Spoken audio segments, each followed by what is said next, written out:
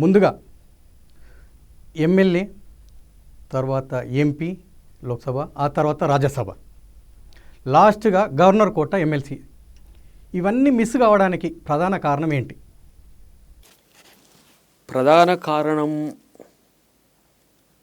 ఒకటి, ఆ సందర్భంలో నాకంటే బెటర్ క్యాండిడేచర్ ఉండడం, లేదంటే నాకు ఇచ్చే పదవి ముందు ఉంది అని అనడం.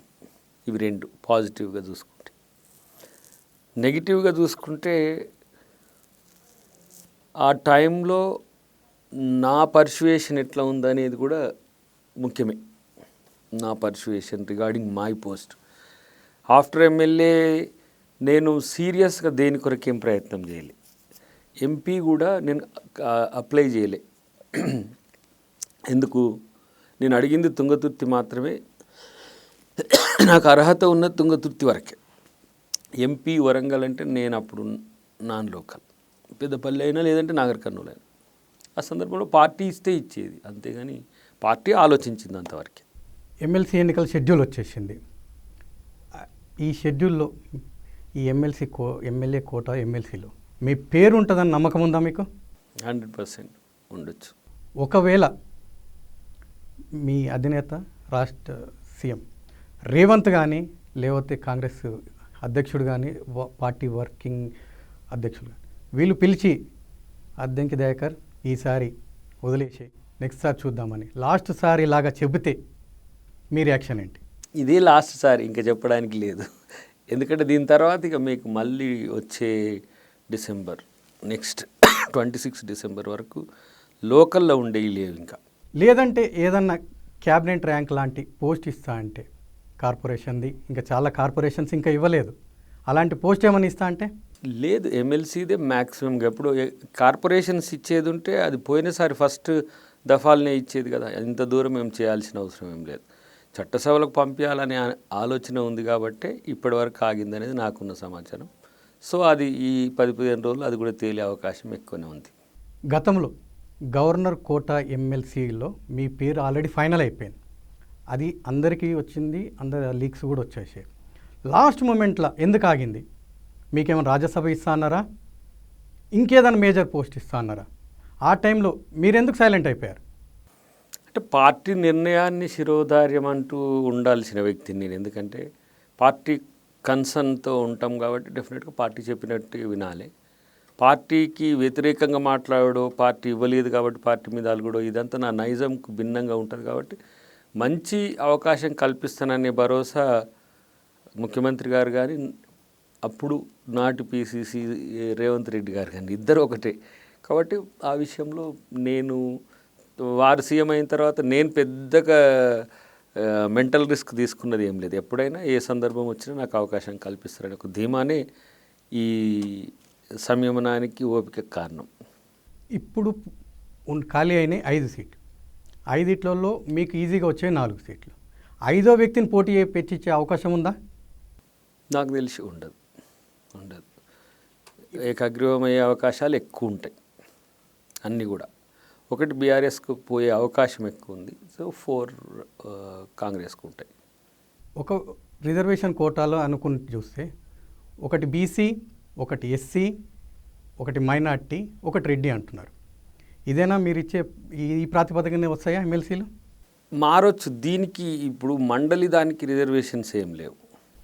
మీ అవి మనం పార్టీ అనుకునే దాంట్లో ఇవ్వచ్చు. ఒకటి అటు ఇవ్వచ్చు, ఒకటి ఇటు ఇవ్వచ్చు, నష్టం ఏం లేదు. సో కొంచెం సోషల్ జస్టిస్ ఉండేటట్టు చూసే పార్టీ కాంగ్రెసే కాబట్టి ఆ విధానం ఎప్పుడు కూడా పాటిస్తుంటుంది.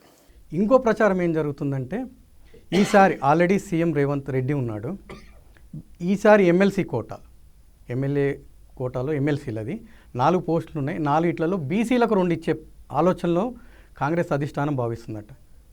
అదేమన్నా అవకాశం ఉందా? రెడ్డిలో ఛాన్స్ ఉంటుంది, బట్ ఇంకా ఫైనల్ కాలేదు. ఛాన్స్ ఉండొచ్చు, లేదని ఏం లేదు. అంటే ఒకటి ప్రయారిటీ లిస్టు, ప్రాబబిలిటీ లిస్ట్ అనేది అప్పుడున్న నాయకులు పోటీ పడుతున్న వాళ్ళని బట్టి ఉంటుంది, గతంలో పనిచేసిన నాయకుల యొక్క అనుభవాలను బట్టి కూడా ఉంటుంది. ఎందుకంటే ఇది పెద్దల సభ కాబట్టి కొంత ఏమంటాం, కొంచెం ఇంటలెక్చువల్గా కొంత మెచ్యూర్గా ఉండేటోళ్ళకి ఎక్కువ అవకాశాలు ఉంటాయి. ఒకవేళ ఎస్సీ కోటా కింద చూసుకుంటే ఆ రేసులో మీరు ముందున్నారు. మాదిగ సామాజిక వర్గానికి ఇవాళ మాల సామాజిక వర్గానికి వాళ్ళు పట్టుబడితే ఏంటి, ఎవరికి ఇచ్చే అవకాశాలు ఉంటాయి? నాకు ఇవ్వాల్సి వచ్చినప్పుడు మాదిగా అని ఆలోచించరు. ఎందుకంటే నా సీట్ ఇచ్చిందే మాదిగా కదా, పోయినసారి ఇచ్చింది తుంగతుర్తి. నేను ఎమ్మెల్సీకో ఎంపీకో రాజ్యసభకో నేను వెంపలాడాల్సిన అవసరమే ఉండకపోతుండే. అది నా క్షేత్రం. ఇప్పుడు నేను ఆ రోజు కూడా చాలామంది పెద్దలకు అదే చెప్పిన, నన్ను డిస్ప్లేస్ చేయడం అనేది తర్వాత నేను సమస్యగా కాకుండా ఉండేటట్టు చూసుకోండి అని కూడా చెప్పిన అప్పుడు చాలామంది పెద్దలకు. సో మళ్ళీ ఇక్కడ మాదిగ దయాకర్ ఇప్పుడు ఆల్మోస్ట్ ఆల్ కాంగ్రెస్ కంపల్షన్ అవుతాడు తప్పితే ఎస్సీనో ఎస్టీనో బీసీనో అవ్వడానికి అవకాశం లేదు. పోయినసారి కూడా 2 ఎమ్మెల్సీ ఇష్యూస్ వచ్చినప్పుడు దాన్ని నేనేం ఎస్సీ అనే ఉద్దేశంతో రాలే. అది ఇప్పుడు వచ్చినా కూడా నాకు పోటీగా ఇది ఎస్సీకి కాబట్టి మాదిగా అంటానికి లేదు. ఆల్రెడీ నేనే ఒకసారి మాదిగకి టికెట్ త్యాగం చేసి ఉన్నా, మళ్ళీ ఇంకోసారి మాదిగకి అనేది దాంట్లో ఎట్లా ఉంటుందో ఆలోచించండి మీరే ఒకసారి. కాబట్టి అట్లా ఏమి ఉండదు. అసలు పదవులు పోటీ చేసిన వాళ్ళు, పదవులు అనుభవించిన వాళ్ళే మళ్ళీ పోటీకి వచ్చే పరిస్థితి వచ్చినప్పుడు అవి పెద్ద బ్యారియర్స్ కావు. బట్ ఇప్పుడు కాంగ్రెస్ పార్టీ నాయకునిగా చూస్తారు తప్పితే ఎస్సీగానో ఎస్టీగానో బీసీగానో ఇట్లా చూడడానికి అవకాశం ఉండదు.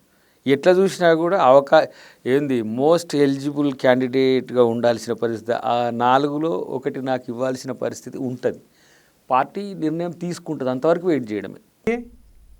ఎంపీగా పోటీ చేసి ఓడిపోయిన ఎవరైనా కానీ సీనియర్ ఆర్ జూనియర్ వాళ్ళకి ఎమ్మెల్సీ అంటే నామినేటెడ్ పోస్టులు ఇవ్వరనేది మీ ఒక బయలాగలాగా ఉన్నదండి, అది రియలా?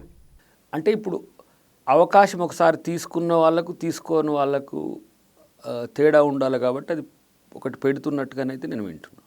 ఇప్పుడు ఈ కోటా కింద చూసుకుంటే యాజ్ సీనియర్లుగా జగ్గారెడ్డి, సంపత్, ఇంకా ఫిరోజ్ లాంటి వాళ్ళు కూడా ఎమ్మెల్సీ కోటాలో బాగా ట్రై చేస్తున్నారు. ఎమ్మెల్సీ కోసం ఎమ్మెల్సీ కావాలని చెప్పేసి బాగా ట్రై చేస్తున్నారు. అది అవకాశం ఉంటుందా?